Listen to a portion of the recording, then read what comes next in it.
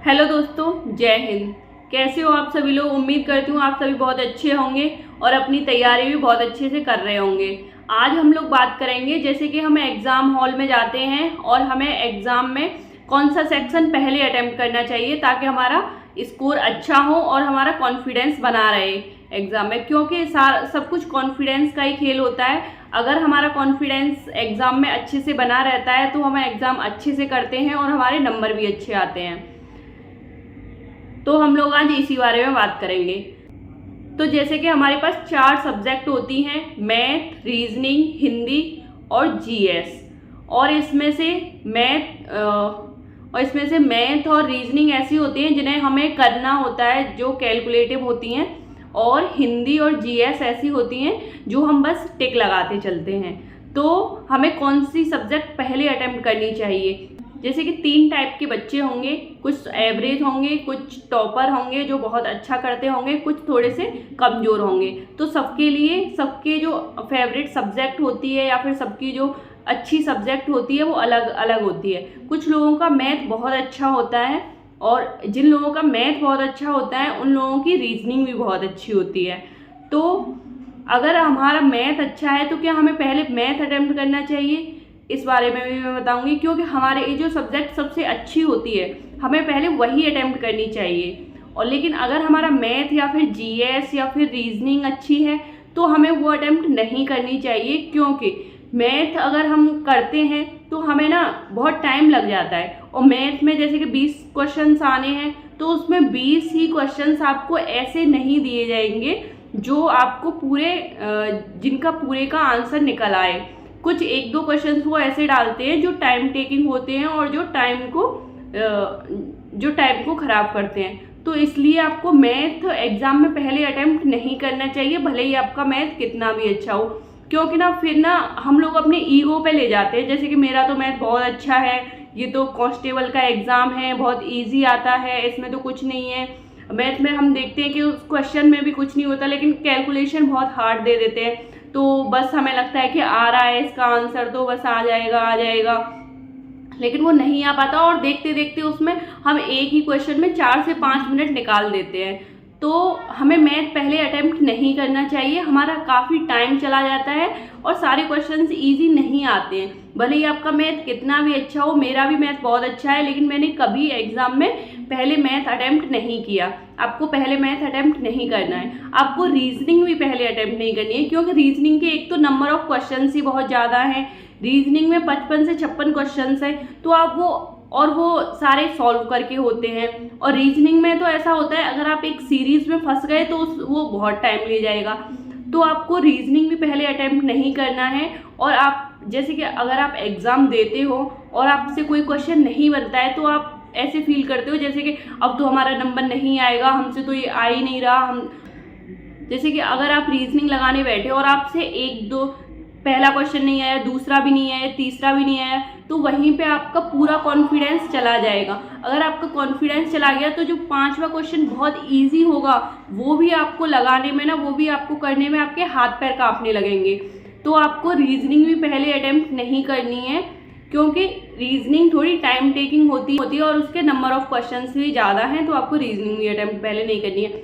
और जीएस ऐसे होती है, वैसे तो वो 5 मिनट में टिक हो जाती है, लेकिन वो जीएस के हमसे सारे क्वेश्चंस नहीं आते हैं, हमसे बहुत ही कम क्वेश्चंस ही आते हैं। जैसे कि 37-38 क्वेश्चन आने हैं तो पहली बार में तो हमसे 15 से 20 ही क्वेश्चन लग पाते हैं। तो वहाँ पे भी हमारा कॉन्फिडेंस पूरा चला जाता है अगर हम जीएस अटेम्प्ट करते हैं पहले। तो हमें कौन सी सब्जेक्ट पहले अटेम्प्ट करनी चाहिए, हमें पहले हिंदी अटेम्प्ट करनी चाहिए। मैं भी पहले हिंदी अटेम्प्ट करती थी। और हिंदी को आपको अपनी को बहुत अच्छा बनाना है अगर आपको ये एग्ज़ाम क्वालिफाई करना है, क्योंकि अगर आप पहले हिंदी अटेम्प्ट करोगे उसमें आप पूरे में से पूरे सही कर सकते हो। क्योंकि अगर आप हिंदी पहले अटेम्प्ट करोगे तो उसमें ऐसा कुछ नहीं है कि ये क्वेश्चन आपने कभी पढ़ा नहीं है, उसमें जीएस की तरह नहीं है कि ये क्वेश्चन आपने कभी पढ़ा नहीं है तो आपको ये क्वेश्चन नहीं आएगा।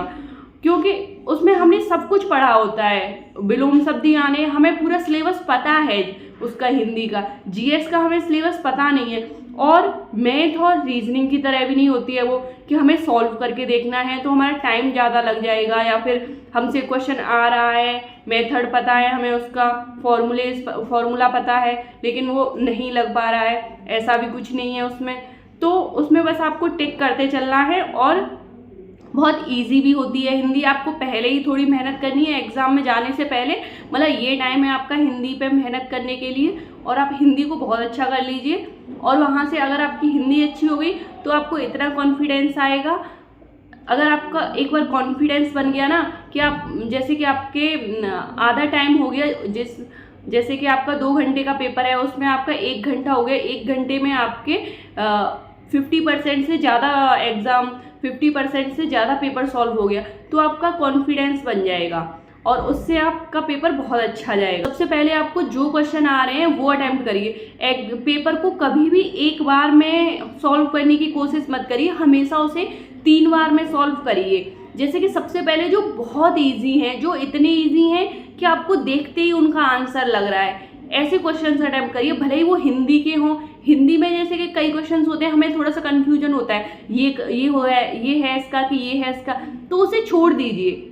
जो बहुत इजी हैं, जो बहुत आपको बहुत इजी लग रहे हैं, जिन पे आपका पूरा कॉन्फिडेंस है, जिन पे आपको बिल्कुल भी टाइम नहीं लग रहा है, एक बार ऐसे करके अपना पूरा पेपर देख लीजिए, और पूरा पेपर ऐसे ही हिंदी में लगाइए, ऐसे ही मैथ में जो बहुत इजी है, रीजनिंग में भी ऐसे ही, और जीएस में भी ऐसे ही। सबसे पहले जिनमें आपको बिल्कुल भी टाइम नहीं लग रहा है उन्हें अटेम्प्ट करिए, उसके बाद उन्हें अटेम्प्ट करिए जिन पे आपको थोड़ा सा 3 बार में पेपर सॉल्व करना है, उसके बाद उन्हें अटेम्प्ट करिए जिन पे आपको डाउट है, थोड़ा सा मैथ है, हाँ मैथ है, आपको पता है ये फॉर्मूला लगेगा लेकिन लेंथी सवाल है, तो आपने पहली बार में छोड़ रखा था, तो अब आप इसे दूसरे अटेम्प्ट में करके देखिए। दूसरे अटेम्प्ट में जिनमें थोड़ा सा कन्फ्यूज़न है उन्हें करिए, और तीसरे अटेम्प्ट में जो आपको बिल्कुल भी नहीं आते हैं उन पे आप दिमाग लगा सकते हो। तो इस तरह से आपको 3 बार में पेपर सॉल्व करना है, और आपको जो पेपर सॉल्व करना है उसमें सबसे ज़्यादा टाइम अपने बीच वाले सेक्शन के लिए रखना है। जैसे कि सबसे पहले तो हमने बहुत जल्दी से पेपर देखा था, और जो बहुत इजी क्वेश्चंस थे वही अटेम्प्ट किए थे, तो इसमें आपको टाइम बहुत कम लगना चाहिए। बहुत सारे क्वेश्चंस ऐसे होते हैं, अगर आप पेपर एक ही बार करने की जिद करके बैठोगे ना कि हम तो ये एक ही बार में करेंगे, तो नहीं हो पाता। पहली बार में कोई सीरीज नहीं आ रही है, छोड़ दीजिए, अगली बार में वो अपने आप आ जाती है। मैं पेपर लगाती थी, पहली बार में बहुत सारे क्वेश्चंस ऐसे होते थे जो नहीं आ रहे होते थे, लेकिन जब हम उसे दूसरी बार और तीसरी बार अदर क्वेश्चंस अटेम्प्ट करके, या फिर हिंदी के, जीएस के करके फिर दोबारा से लगाने जाते थे, तो एक ही बार में उनका आंसर आ जाता था। क्यों, कई बार ऐसा होता है जब हम पेपर सॉल्व करते हैं तो हम 7 का और 8 का गुणा ही मतलब गलत करने लगते हैं, बार बार 49, 7 का और 8 का गुणा करेंगे लेकिन दिमाग में वो 49 लिखते जाएंगे, तो मतलब ऐसी भी गलतियां होती हैं। तो आपको एक बार में नहीं आ रहा है, छोड़ दो बस, और फिर पेपर करते जाइए, और फिर जब आप उसे दोबारा करोगे तो फिर आप 7 का और 8 का गुणा करके 56 ही लिखोगे, तो ऐसे भी होता है। तो आपको सबसे ज़्यादा जो टाइम रखना है वो बीच वाले सेक्शन के लिए रखना है। सबसे पहले वाले के लिए थोड़ा सा, जैसे कि 20 मिनट का रख लिया, फिर उससे ज़्यादा बीच वाले के लिए सबसे ज़्यादा रखना है, और लास्ट में जो क्वेश्चंस नहीं आ रहे हैं, क्योंकि अब आपका पेपर इतना हो चुका है, जो आपको आता था वो पूरा हो चुका है, और फिर आप मतलब तीसरी बार में वो भी, फिर आप तीसरी बार पेपर देखिए, और उसमें जो आपको क्वेश्चंस नहीं आते हैं वो आप देख सकते हो। तो उम्मीद करती हूँ आपको आपके क्वेश्चंस के आंसर मिल चुके होंगे। आपको सबसे पहले हिंदी अटेम्प्ट करनी है, आप रीजनिंग या मैथ या जीएस को अटेम्प्ट करने की गलती मत करना, क्योंकि पेपर के लिए कॉन्फिडेंस बहुत ही ज़रूरी है। क्योंकि आपने देखा होगा जैसे कि उन क्वेश्चंस में कुछ नहीं होता, आप घर पे आके उन सारे क्वेश्चंस के आंसर कर सकते हो, लेकिन वो 2 घंटे में जिसका दिमाग बहुत अच्छे से चल गया, और जिसका कुछ लोग कहते हैं जैसे कि लक साथ दे गया, तो वो 2 घंटे की बात होती है। तो उस 2 घंटे में हमें कॉन्फिडेंस बना के रखना है। तो आपको सबसे पहले जो आपको सबसे पहले आता है वो करिए, हिंदी करिए, हिंदी अटेम्प्ट करिए, और उसमें भी जो क्वेश्चन बहुत इजी हैं, क्योंकि एक बार आप सारे इजी क्वेश्चंस कर लोगे तो आपको ऐसा लगेगा कि मैंने एक बार पूरा पेपर पढ़ लिया और मेरे 40% पेपर सॉल्व हो चुका है। तो इससे आपको बहुत कॉन्फिडेंस मिलेगा, एग्ज़ाम बहुत अच्छा जाता है। और कोशिश करिए घर पे मॉक टेस्ट लगा रहे हैं तो उसे 10 मिनट पहले ख़त्म करने की कोशिश करिए, क्योंकि वहाँ पे थोड़ा सा टाइम, अगर आपका कॉपी वॉपी भी कभी कभी ऐसा हो जाता है कि भरने में थोड़ी सी मिस्टेक हो जाती है या फिर टाइम ज़्यादा लग जाता है, तो हमेशा कोशिश करिए यहाँ पे 10 मिनट पहले ख़त्म करें। उम्मीद करती हूँ आपके लिए वीडियो हेल्पफुल रही होगी। और आपको नेक्स्ट किस टॉपिक पे वीडियो चाहिए वो भी आप लोग बता सकते हैं। अगर वीडियो पसंद आई हो तो वीडियो को लाइक करना, चैनल को सब्सक्राइब करना। मिलते हैं अगली वीडियो में। Thank you so much.